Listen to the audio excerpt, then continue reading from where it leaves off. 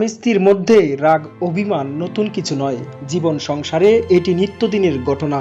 কিন্তু যদি সেই অভিমানের কারণে ৩ দশকেরও বেশি সময় বাড়িঘর, স্ত্রী, সংসার সব ছেড়ে থাকা হয়, তাহলে বিষয়টি বিস্ময়ের জন্ম দেয়। এমনই এক ঘটনা ঘটেছে কিশোরগঞ্জের পাকুন্দিয়ায়।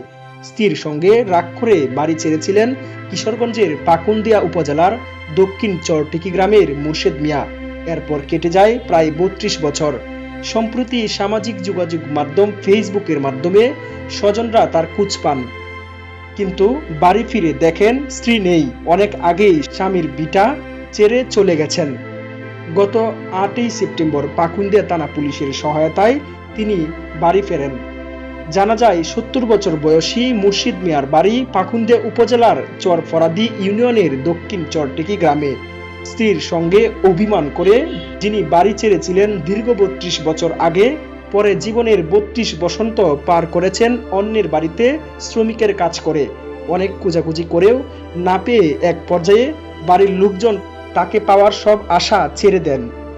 মুর্শিদ মিয়ার ভাতিজা আব্দুল হাকিম বলেন, চাচা মুর্শিদ মিয়া বাড়ি ছাড়ার আগে থেকেই কিছুটা মানসিকভাবে অসুস্থ ছিলেন। এর মধ্যে পরিবারের সঙ্গে অভিমান করে বাড়ি ছেড়ে চলে যান। ৩২ বছর পর চাচাকে ফিরে পেয়েছি, খুবই আনন্দ লাগছে। বাড়ি ছাড়ার পর থেকে নরসিংদী জেলার রায়পুরা উপজেলার শিবপুর বাজারে থাকতেন তিনি। ওইখানে স্থানীয়দের বাড়িতে কৃষি কাজ করতেন, বিভিন্ন জনের জমি চাষাবাদ করতেন। ৪-৫ দিন আগে ফেসবুকের মাধ্যমে চাচার সন্ধান পাই, পরে ঠিকানা পেয়ে বাবাকে নিয়ে যাই। তিনি বলেন, আমাদের দেখে চাচা খুবই খুশি হন, নিজের ভাইকেও চিনতে পারেন। চাচা গত ৩২ বছরে ৪.৫ লাখ টাকা জমা করেছিলেন, যা কয়েকদিন আগে মসজিদে দান করে দেন। স্ত্রীর সঙ্গে অভিমানে বাড়ি ছাড়লেও নতুন করে কোনো বিবাহ করেননি তিনি।